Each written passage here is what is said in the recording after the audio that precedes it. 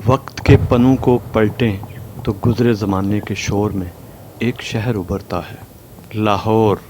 وہ لاہور جو قلعے اور 12 دروازوں میں سانس لیتا تھا، جہاں ہر کوچے میں کہانی اور ہر دروازے کے پیچھے ایک سلطنت چھپی تھی۔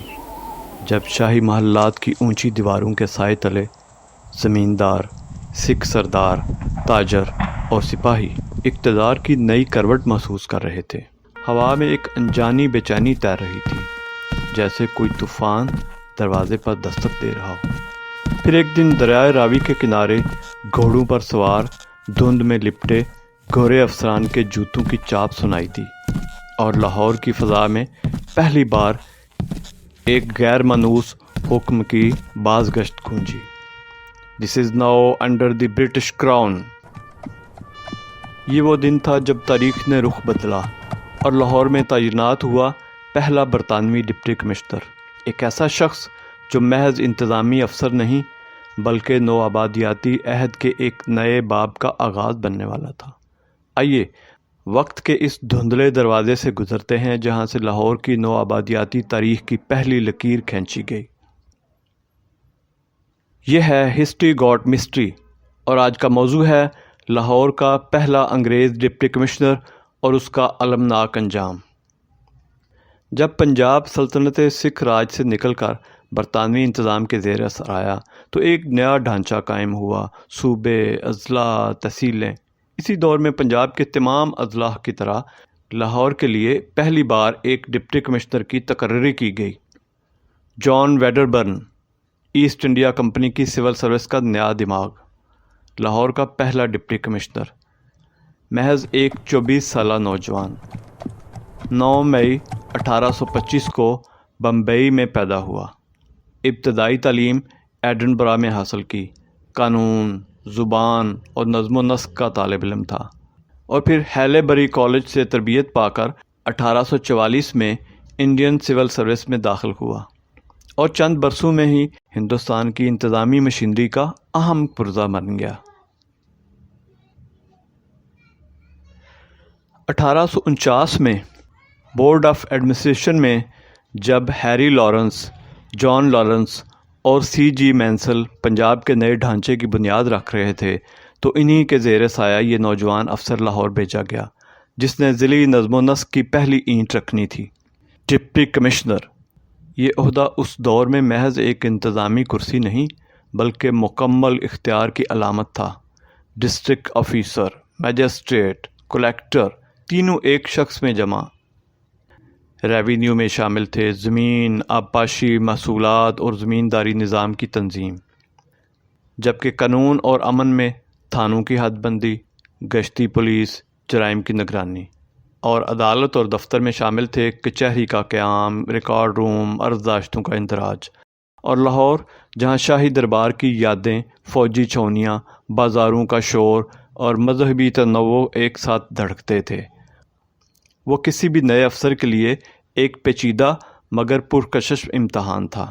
لاہور کا انتظام سنبھالتے ہی جان ویڈربرن کے کندھوں پر کئی ذمہ داریاں آ گئیں، یعنی اس نے صرف نظم و نسق نہیں سنبھالا بلکہ لاہور کی انفراسٹرکچر ڈیولپمنٹ کی بنیاد بھی رکھی۔ نئی سڑکیں، پل اور ضلعی دفتری عمارتیں، ریونیو کا نظام، زمینوں کا بندوبست، محصولات کی وصولی، عدالت اور امن و امان کی نگرانی، سڑکوں اور عوامی تعمیرات کا آغاز، یہ سب اس نئے لاہور کے خد و خال تھے جو برطانوی عہد کے آغاز میں ابھرنے لگا تھا۔ اس وقت کا لاہور مغلیہ روایت، سکھ اقتدار اور مقامی ثقافت کا ایک حسین امتزاج تھا۔ برطانوی حکومت نے اس وراثتی نظام کو اپنے طریقے سے ڈھالنے کی کوشش کی۔ ویڈربرن کے ابتدائی مہینے منتقلی کے موسم تھے، پرانے نظام سے نئے دفتر تک۔ ویڈربرن کے سامنے چند بڑے چیلنجز تھے: زمین کی پیمائش اور محصولات کا نیا طریقہ متعارف کرانا، مقامی زمینداروں، تاجروں اور کسانوں کے درمیان طاقت کا توازن برقرار رکھنا، پولیس، عدالت اور تحصیل انتظامیہ کو منظم کرنا، کچہری اور ریکارڈ، اردو فارسی منشیوں کے ساتھ نئی عرضداشت پالیسی، رولڈ میپس پر زمین کی حد بندی اور تھانوں کی اثر نو تنظیم، عوامی سہولت، پلوں، راستوں اور دریائے راوی کے کنارے بندوں کی مرمت، بازاروں میں روشنی اور صفائی کے عارضی انتظامات، امن کے اصول، فصیل کے اندر ہتھیار لانے پر پابندی، مجمع یا جلوس کے لیے پیشگی اجازت لینا لازمی تھا، اور سب سے بڑھ کر مقامی آبادی کے اعتماد کو جیتنا۔ وہ ضابطے جو پورے پنجاب میں نافذ کیے جا رہے تھے، اس سب کے پیچھے ایک فلسفہ تھا: دفتر رکنا نہیں چاہیے، کیونکہ اگر نظم بیٹھ جائے تو شہر بکھر جاتا ہے۔ یہ وہ وقت تھا جب لاہور کا اختیار پہلی بار لاہور کے ہاتھ سے نکل گیا۔ لاہور اس وقت تہذیبوں کا چراہا تھا۔ ہندو تاجر، مسلمان کاشتکار، سکھ زمیندار اور فوجی، عیسائی و پارسی برادری سب اس نئی فضا کا حصہ تھے۔ ویڈربرن کے دفتر میں عدالت کی زبانیں دو تھیں، نیچے اردو اور فارسی اور اوپر انگریزی۔ درخواست سب کی سنی جاتی، مگر جواب ہمیشہ قاعدے کے مطابق آتا۔ جلوس اور تہوار کے لیے راستے کا اور وقت کا تعین اور اجازت لینا لازمی تھا۔ فساد یا جھگڑے کی صورت میں کلیکٹیو رسپانسبلٹی، یعنی پورا محلہ جرمانے کا ذمہ دار۔ اسلحہ کنٹرول کے سلسلہ میں فصیل کے اندر تلوار یا بندوق کے لیے اجازت نامہ لازمی۔ یہ امن کے لیے ضابطہ تھا یا آزادی پر قدغن؟ یہ بحث تب بھی تھی، آج بھی ہے۔ ابتدائی مہینوں میں نظم قائم رہا، نہ کوئی بڑی بغاوت، نہ کوئی شورش۔ لاہور شہر نے خاموشی سے نئے قانون کو پرکھا، شاید وقت کی نبض دیکھنے کے لیے۔ ویڈربرن کی خدمات کو حکومت نے سرکاری طور پر سراہا۔ ان کے دور میں ضلع کی حدود واضح ہو گئیں اور تعمیراتی کاموں نے شہر کے نقشے میں نئی سمتیں پیدا کیں۔ مگر ہر تبدیلی کی ایک قیمت ہوتی ہے۔ ریونیو کی سخت پالیسیاں، زمینوں کا ضبطی نظام اور مقامی خود مختاری کا خاتمہ، یہ سب اس اصلاحاتی دور کے سائے تھے۔ یوں ویڈربرن کی شخصیت دو پہلوؤں میں دیکھی جا سکتی ہے: ایک مؤثر منتظم جس نے نظم قائم کیا، اور دوسرا نوآبادیاتی نظام کا نمائندہ جس نے پنجاب کی خود مختار روح پر پہلی مہر تاج برطانیہ ثبت کی۔ پنجاب میں 1849 اور 50 کے ضابطے سخت تھے۔ رات کی گرفتاری، مشتبہ افراد کی چھان بین، چوراہوں پر چوکیداری نظام، اجتماعی جرمانے، یہ سب بورڈ آف ایڈمنسٹریشن کی پالیسی کا حصہ تھے۔ مگر کہتے ہیں لاہور میں ویڈربرن کے نام پر کسی ظالمانہ کارروائی کا کوئی نمایاں ذکر نہیں ملتا۔ یہاں سخت نظم تھا، ظلم نہیں، اور شاید یہی وہ توازن تھا جس نے شہر کو پرامن رکھا، اگرچہ دلوں میں بے چینی باقی رہی۔ ویڈربرن کا عہد مختصر مگر مؤثر رہا۔ لاہور اور گرد و نواح میں تحصیل بندی اور تھانہ جات کی تنظیم کی گئی۔ کچہری کلچر میں پٹیشنز کی اسکروٹنی، منشی اور مترجموں کا ضابطہ، دفتری اوقات کی تشکیل، پل سڑکوں کی مرمت، بارش کے بعد فوری بحالی، یہ وہ بنیادیں تھیں جس پر بعد میں 1867 کی میونسپل کمیٹی اور جدید لاہور کا ڈھانچہ کھڑا ہوا۔ 1849-50 کے لاہور میں عوامی مزاحمت محدود تھی۔ بازاروں کے نمبردار اور اشرافیہ طبقہ نئے نظام کے ساتھ چلتا رہا کہ تجارت رکے نہیں، مگر دلوں میں ایک سوال زندہ رہا: کیا یہ نظم امن لایا یا غلامی کی پہلی لکیر کھینچی؟ 1853 تک لاہور میں خدمات انجام دینے کے بعد پھر ویڈربرن کو دیگر اضلاع میں تعینات کیا گیا۔ ریونیو آفیسر، مجسٹریسی اور بعد ازاں ضلع حصار یعنی موجودہ ہریانہ میں۔ یہاں اس کے زیر انتظام ہانسی جیسا حساس علاقہ تھا۔ چھاؤنی، بازار اور بارود کی سی خاموشی، محسوس ہوتا تھا جیسے ایک چنگاری سب کچھ بھڑکا سکتی ہے۔ ویڈربرن لاہور کے بعد مختلف اضلاع میں خدمات انجام دینے کے بعد 1856 میں حصار میں تعینات ہوا اور اسی سال موسم سرما اور کرسمس کی چھٹیوں پر برطانیہ واپس گیا۔ اس دوران 29 جنوری 1856 میں ایڈنبرا کے ایک چرچ میں ویڈربرن کی ایلس بیل سے شادی ہوئی۔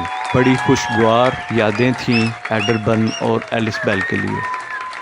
شادی کے بعد جوڑا واپس ہندوستان آ گیا۔ پھر 15 نومبر 1856 کو ان کے ہاں ایک بیٹا پیدا ہوا جسے جان جیمز ویڈربرن کا نام دیا گیا۔ 1857 میں جب جنگ آزادی شروع ہوئی، وہ اس وقت ضلع حصار یعنی ہریانہ میں ہی ڈپٹی کمشنر کے طور پر خدمات انجام دے رہا تھا۔